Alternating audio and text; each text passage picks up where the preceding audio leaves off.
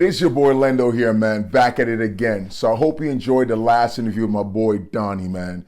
It's super smooth, dude is super dope.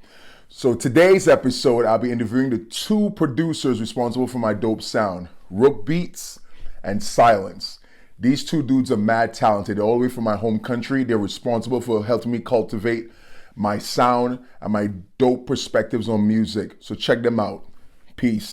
All right, people, welcome back. This is your boy Len-Dor here again. This time I'm rolling with my squad, my producers who are very much are kind of like my backbones when it comes to my musical sound, and my friends for over 20 years. So we have Rhook Beats inside. That is one of the geniuses himself. And we also have Silence, who likes to go exactly like that, Silence. So introduce yourselves. So Daryl, you could go first. Introduce yourself. Yeah, well, Rhook Beats. Hey, That's right. who I am. That's how I always be. All right, and Tone. Silence, boy. Shh. I don't know what that was. That was just something. I don't know. All right. Well, I think everybody already know originally we come from the same country. We all come from Trinidad and Tobago. You know what I mean? Just want to kind of like mention some of the projects you all have done. We have done together. I know we did Vocal Codex. We did Vocal Codex together. We just released. In fact, no, it started before. We did the menu together. Then we did the Vocal Codex, and then we just recently started dropping the single projects. And I know, Tone, we just dropped Spike T. So what you thought about Spike T? What you thought about the whole tape that we did together? You thought it was something that you could be proud of? You thought it was something that, that was great work? Yeah, it was. It is some, to put it like, some different, is somehow refreshing. Yeah. It was done with Doom in mind. So for me, it's like a nice little, I guess, send off slash ode to him. Yeah.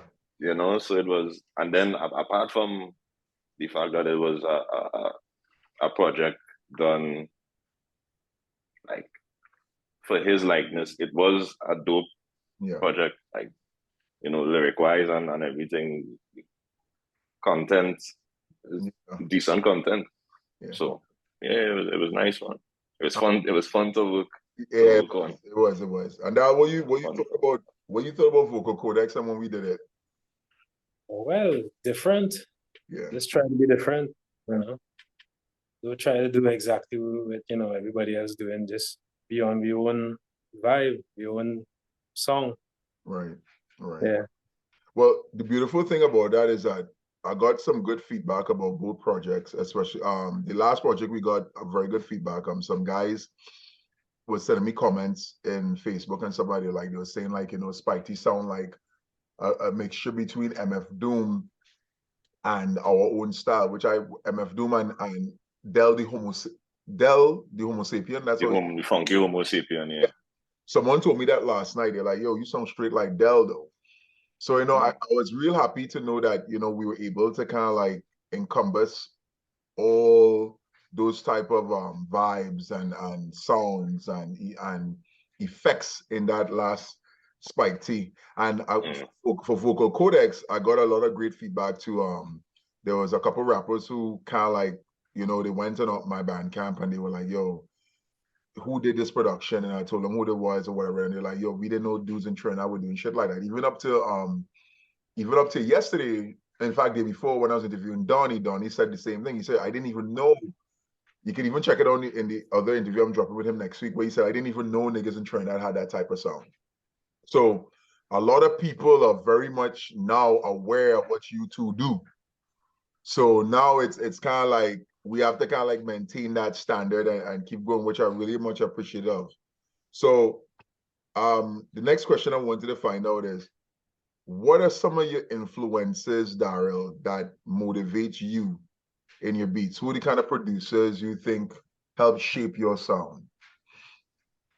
First, I had to give that one to Dilla. He was like one of the key people that started following, the intricacies of making a beat.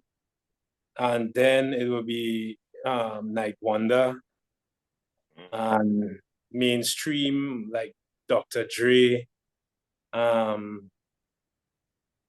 Swiss Beats, that kind of vibe. Right. Because I had a clubby phase. I had a clubby phase at some point where, and most of that used to come from like the Timbos.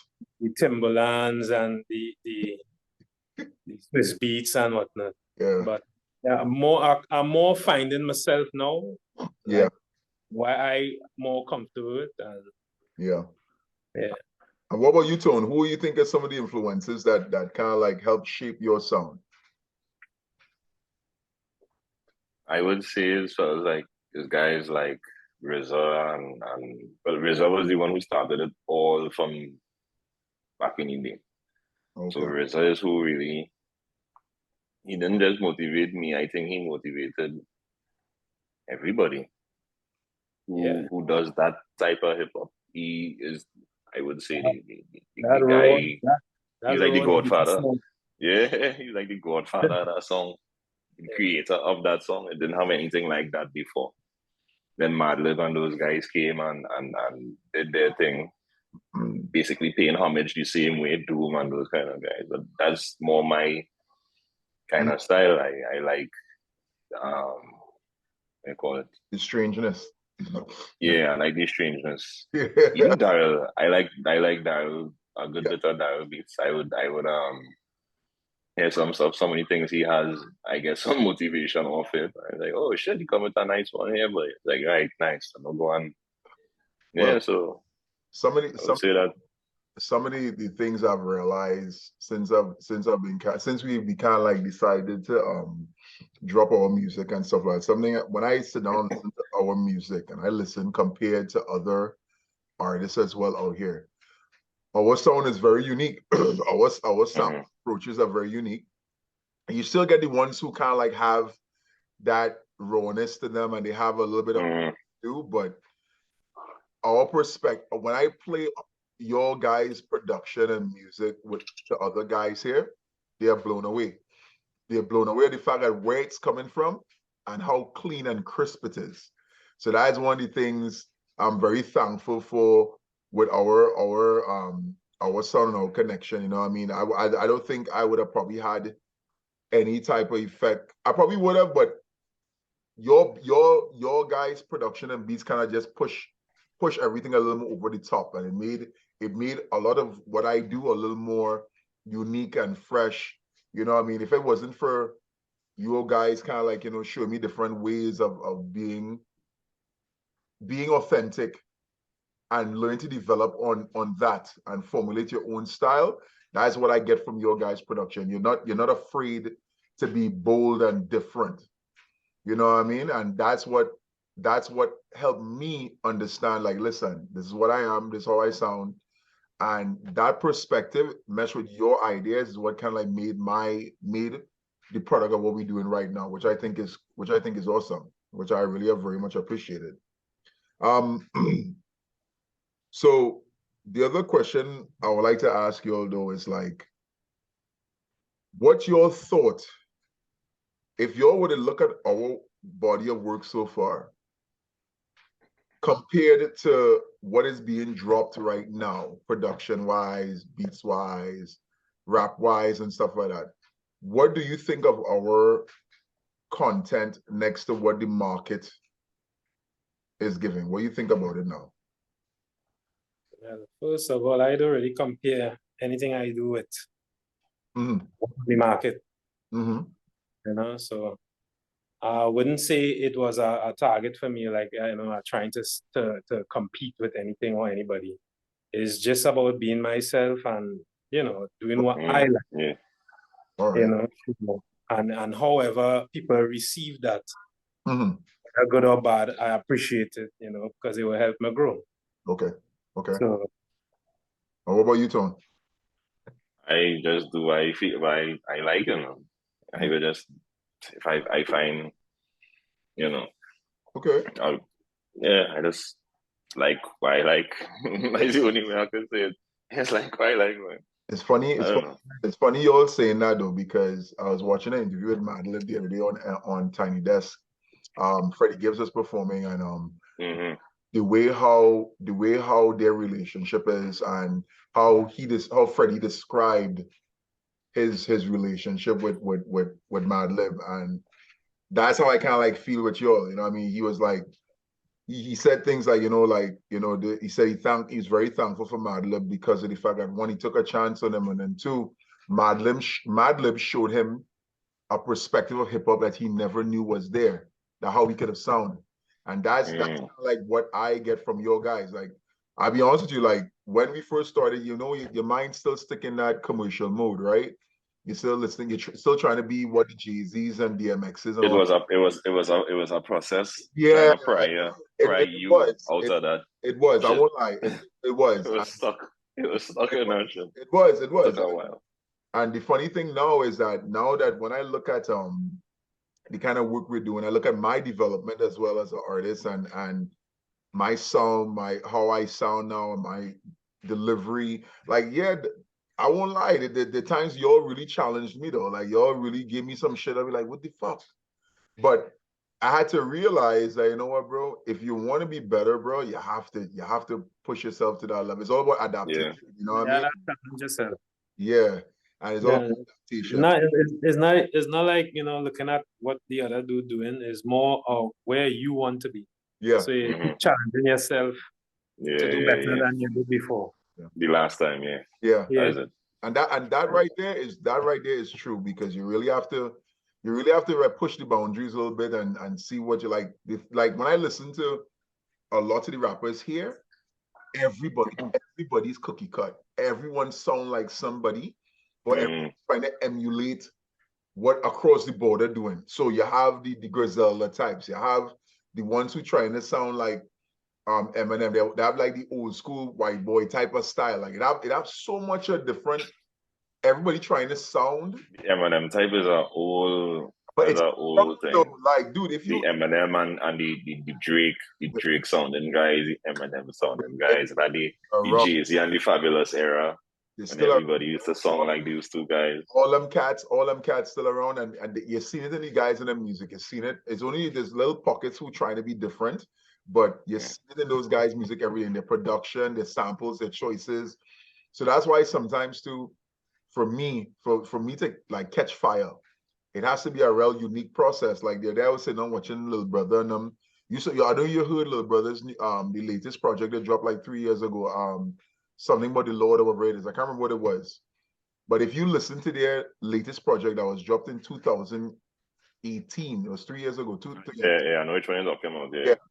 They stepped away for a while because they had a dispute, and they came back, and it sounded like they never left, bro. That's the album with the two of them sitting on a bench or something. Yeah. And they didn't have Ninth Wonder at all. They They didn't? No, Ninth Wonder and them fall out. So no, I think they come back. Yeah. I don't know, but when I listened to that, I think that album was with Ninth Wonder. I think Ninth Wonder mainly beats for that. Well, I could be wrong, but when I listen to their style of music, that's how I feel about our style of music. It's timeless. You know, when you listen to Little Brother and them guys, them is like you could never. Our stuff, literally on the same. That's level, especially the same shit you have with Daryl and them thing mixing with everything that it had. That's why. So I think our stuff it have same proper professional level. So, what is next on the list for both of y'all, project wise? I know, Daryl, what's the next on the list for you? Well, very soon this month, I plan to drop another beat tape. From there, how I do my stuff is like I will do like little beat tapes. I'll put it up on Bandcamp, and anybody who willing to work with me or do a song or you get an idea, whatever, you can listen to the stuff off the Bandcamp and choose from there. Right. I'm not really into unless it favorable or whatever, to do a tailor-made beat or something like that. Okay. But with my schedule, with work and whatnot and thing, I just do like the little projects put it out, and anybody who, catching any vibes off it, Yeah. you could hit me up and we work together. Next year, well, probably not too early, probably like from February, not like as the year start. Yeah, February, March. That, I would like to start working on the stuff for Donnie yeah. Quest. Yeah. Yeah, Donnie had some work. Well, And we try. also have a mixtape with you. Yeah, we dropping that.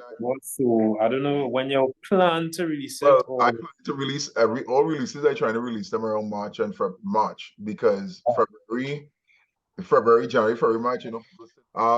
So what do you all think of your boys' music now compared to back then? Oh, definitely have improved. Definitely you have improved. You have improved greatly, actually. You find yourself more. Yeah. Like, it's not like, all right, you're trying to follow what the masses doing. Yeah. Like, you're basically doing your own thing now. Dude,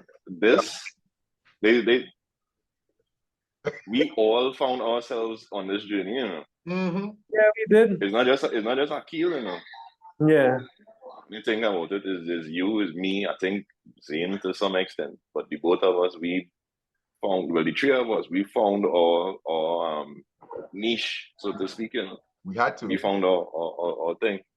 We had to. So we all learn, we all come out of this, We had to, bro, because you can't stay in the same place for so long. It's funny how now it's like our style, like a person I really look at right now as an artist who I'm trying to emulate in energy and creativity is Odyssey.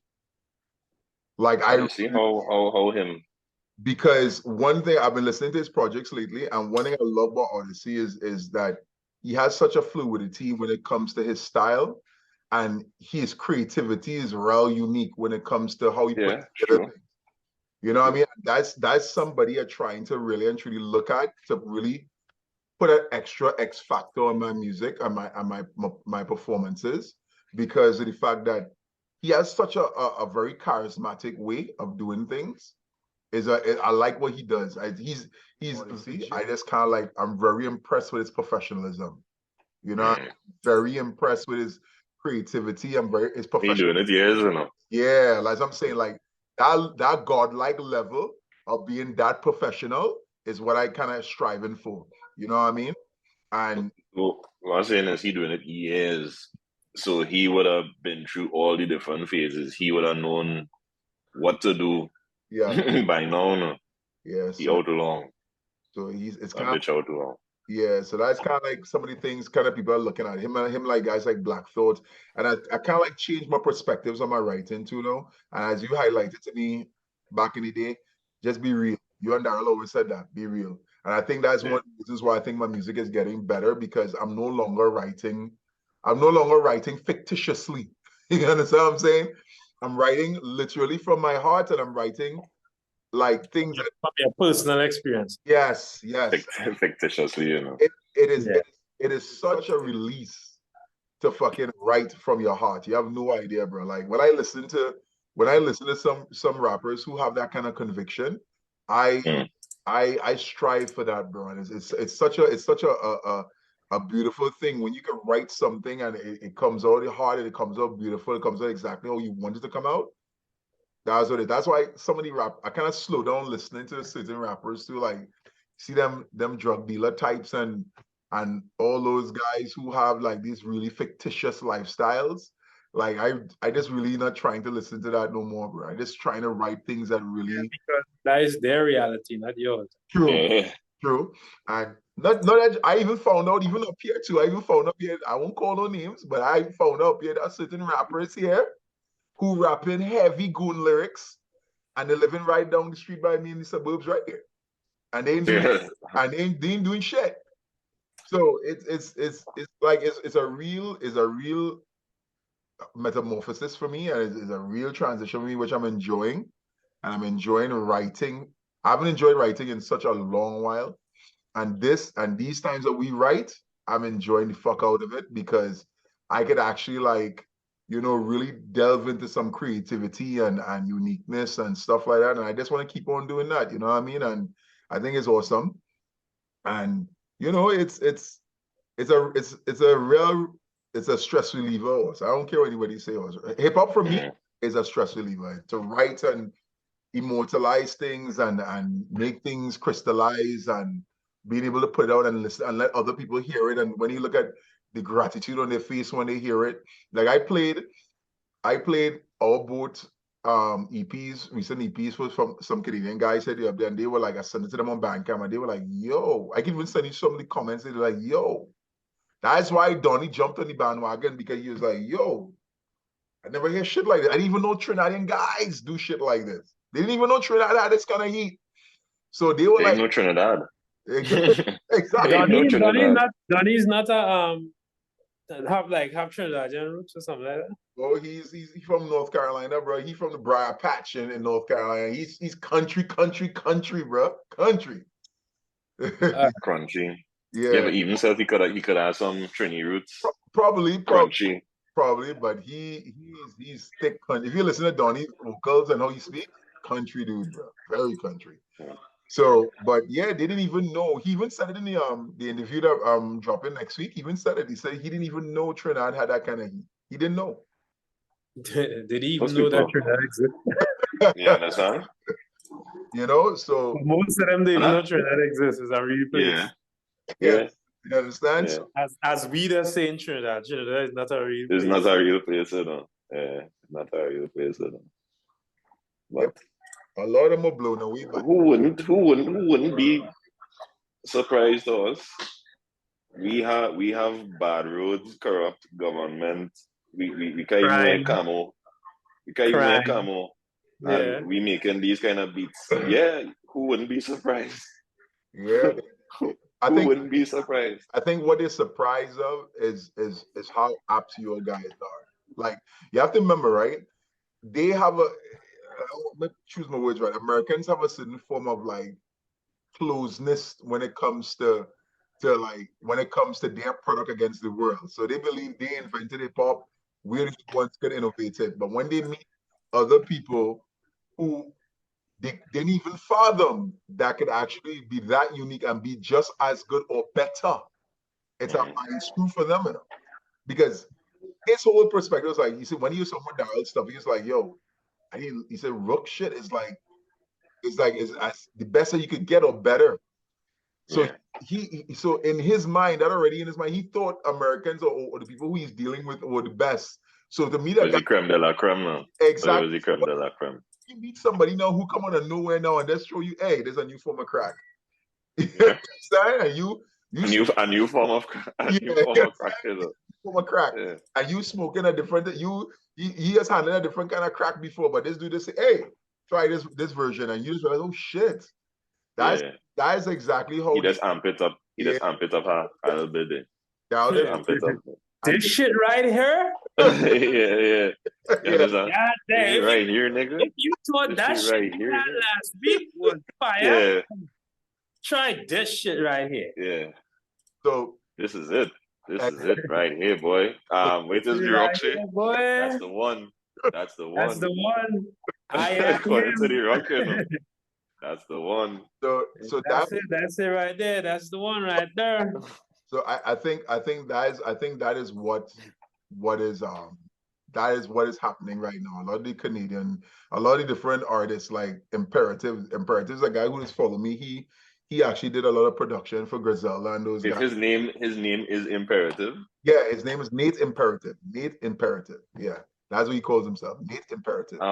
A bold name, boy. He has one of the biggest problems in Canada because he started getting his buzz off of creating for guys like Benny the Butcher and them guys. And when him and I started speaking, when I moved up here officially, and he heard my vocal codex, he sent me back a message on my Instagram, on my Facebook, and he was like, yo, he's like, yeah, this shit, yeah. He said, y'all saying something here. You know what I mean? So for him to say still a bold name. Yeah, for him to say something like that, that's when I realized, yo, and you know what I mean? It's I'm starting to realize what my realm is. My realm is between a little bit of Griselda, a little bit of Ninth Wonder, and a little bit of that I like a lot of strange shit. And it's funny how all that just basically combined and made my sound. So that's why a lot of things that I do now, I like a lot of, I don't know, I've always felt in love with that. Remember our old school days when we used to listen to guys like, we listen to fellas like Vastia, Cannibal Ox. We listen to guys like, apart from Ninth Wonder, we'll go and delve with guys like Buckshot and all these different fellas. That I'm trying to merge that tone with bringing the Griselda tone and then trying to squeeze all that in and put it together with our vibes and compress it. That's the kind of style of music I like. I'm starting to realize what I like. And I won't lie though, it's a beautiful blend. It's a real beautiful blend, and I'm enjoying it every step of the way. It was nice. It was awesome. Thanks for this wonderful interview, my brothers. Y'all been with me since day one. Daryl, Silence, Rhook, love y'all. And hey, yeah.